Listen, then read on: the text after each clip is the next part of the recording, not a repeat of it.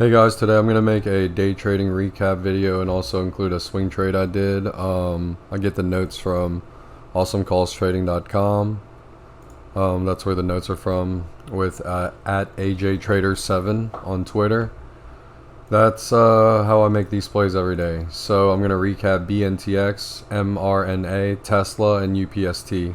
And I'm going to do my swing trade that Sean suggested I do and swing from last week. So I'm gonna go over that. So basically I'm gonna go over the two that I didn't do that were really good plays today. First was BNTX, then UPST. So for BNTX it was puts, and it says stock gapping down 4 points, do not long unless pop at the open to 376, then look for nice 4 to 6 point push to the upside, then watch for topping. If this snaps 370 at the open, look for a nice 7 to 9 point sell-off or more, then watch for bottom curl bounce on it. BNTX, that potential profit was downside 370 to 361. It hit his second price target and had a 320 low. So I mean that went all the way down. You know, his put line was to enter puts was at 370. It went down to 320. That was 50 points. I mean, on 10 options, easily $25,000 play, potential profit. I didn't play that because I was in that swing trade, and I was also playing MRNA. Then I played TSLA, so I just missed it. I wish I could have got that. That was like really an insane play. UPST, you could have played upside and downside. It says gapping down on market pull, gapping down 7 points, do not long unless pop at the open to 199, then look for nice quick push to 204 to 206, then watch your topping. If this snaps 195 at the open, look for nice 5 to 7 point flush, then bottom curl bounce it. So UPST, it says here upside 199 to 206. It hit his second price target and went even higher to 213, so you could have got, you know, the 7 points, but 213 to 199, that's 14 points that you could have got total. I mean, he gave you that as a second price target, but it wasn't even higher. So on the downside, right here, snaps 195 all the way down to 188, and it pretty much hit and bounced off that line, so you would have got 7 points on the downside. So I mean, total, if you would have played both, I mean, over 20 points, 10,000 potential profit. So also didn't play that because I was managing the swing trade, and also trying to play MRNA and TSLA. And the swing trade was TSLA as well. So right here, I'm going to go over MRNA first.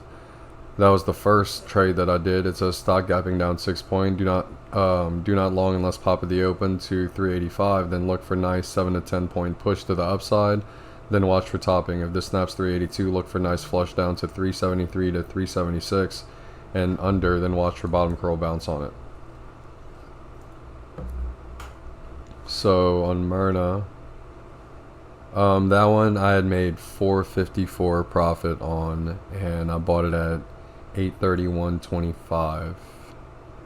So right here you can see, you know, you never enter calls. It was definitely puts. So at 831, like, look where it opened up. You know, it already broke his line right at open. It was already below it in pre-market.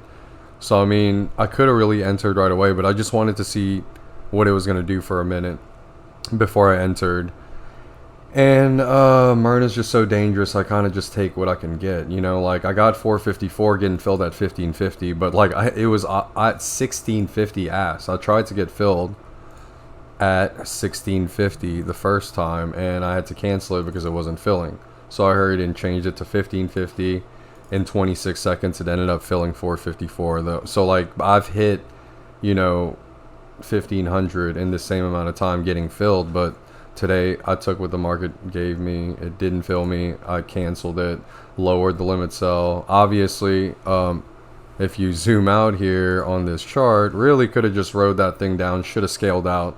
But I saw red for a little bit and got shaken out. Really should have scaled out right here, because that was my main objective for the day, which I ended up doing for the Tesla day trade. But that trade did not start well because I fat fingered and bought calls instead of puts on accident, but immediately bought puts right after. But it says here Tesla stock gapping down 12 points, do not long unless pop at the open to 710. Then look for a solid 6 to 8 point push to the upside. Then watch for topping if this snaps 700 at the open. Then look for a nice 7 to 10 point sell off or more. Then watch for bottom curl bounce on it. Don't marry the bounce, just bounce it. So for the Tesla downside, you know, downside 700 to 690, it hit a second price target there, but it went all the way down to 676. So you could have got 24 points on the downside, like really good play. And I mean, that's over 10 to 12,000, about 10 to 12,000 of potential profit if you played in the money contracts on 10 contracts. Mark Moses method, you know, you would have had way less buying power and would have captured an insane amount of gains too, because those contracts would have ended up going in the money. So like, had you played his method and really been patient, it really would have paid out today. And but my method today, I decided to try something new, something I've talked about, scaling out. Did it, could have done it better, honestly, but it was a good first go run for me, scaling out. So to go over that trade right here, I bought 10 at just market buy at 845.49. So let's see what it was doing on the chart to see if I was patient.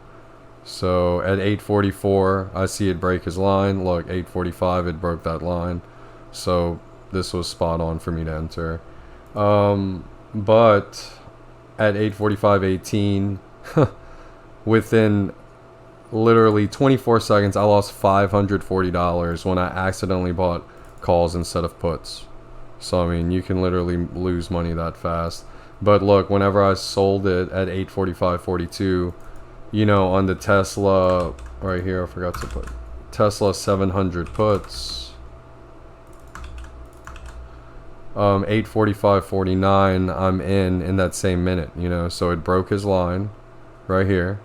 I'm in, you know, yeah, I already fat fingered it. Yeah, I lost 540 in 24 seconds, but instantly bought 10. I was in the puts and wrote it down a little bit. I mean, definitely could have scaled out in longer time frames, but you know, I sold the first one in a minute. Then at 847, I sold 2 and then 2 and then 1. Then at 849, I sold my last 4. So let's see what it was doing. You know, 846. It was right here. It was already dropping. 847. It kept dropping. 849. This recovery right here. Whenever it started basing, this was kind of just my decision. Like at this point, I'm like, it's basing. It's either gonna go next leg up or it's gonna base longer and go next leg down. And at that point, I really could have wrote out 1, but I didn't want to take that chance. I ended and closed the position out in 3 minutes 17 seconds total, and I got 18 profits. So if you watched the last video from Friday, I only made like 250, 275, buying 10, selling 10 right away. And as you can see, when you scale out, if it does have a nice downtrend on puts, you can capture way more gains. So I sold the first one at 16 limit, but all these were market. I didn't change these yet. So all these were just market sells, you know, market sell. So I'm not sure what these were captured at, but total it was 17.18. So yeah, 830 to 849, that was 29 minutes, and I made 1632 on the day trades. And but the big reason why I made 9,000 today is because Sean had the amazing swing trade to swing the 10-7-20 puts. And on that trade, you know, last Thursday I bought them. Tesla was at the time to buy these 720 puts, the price was about $717.50, showing you there's, you know, huge support right there, so we bought in right there. But really our break even, for us to be even on those contracts, the price of Tesla had to be about $715 when we were about even. So you know, I ended up selling 5 at market open today, and it was already, look, Tesla at market open was, you know, this one candlestick is from 709 to 703, so who knows where I got it. But I sold it right at market open, and the reason why is because I'm in at 1728, so I spent $17,280 to swing from last Thursday. Having that type of risk exposure was just a little too much.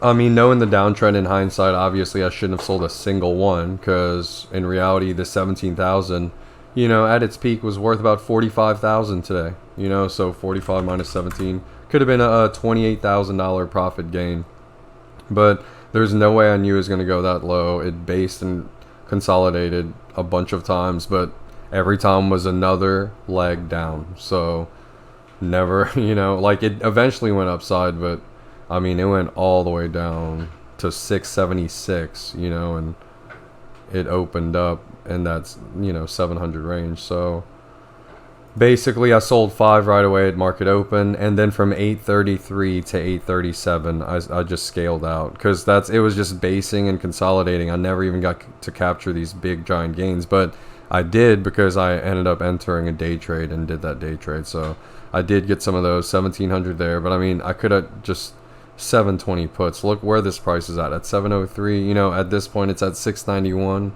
Would have been an insane amount of gains, but I still learned how to scale out, and really even should have kept to one and just to see what it's gonna do tomorrow. But I got all the way out of that swing trade from 833 to 837. I closed out, you know, 10 contracts, cost me $17,280. I cashed out $24,657, and scaling out 5 at the beginning and then 1 at a time, I captured 7,377. So 1632 from the day trade, 73.77 from the swing trade. So right at 9,001. My last daily high was 84.17. So I finally beat it. So it was a good day. Sean had a good day. See you tomorrow. Yeah. But yeah, that's it. Hope y'all had a good day, and let me know what you think. Y'all have a good one.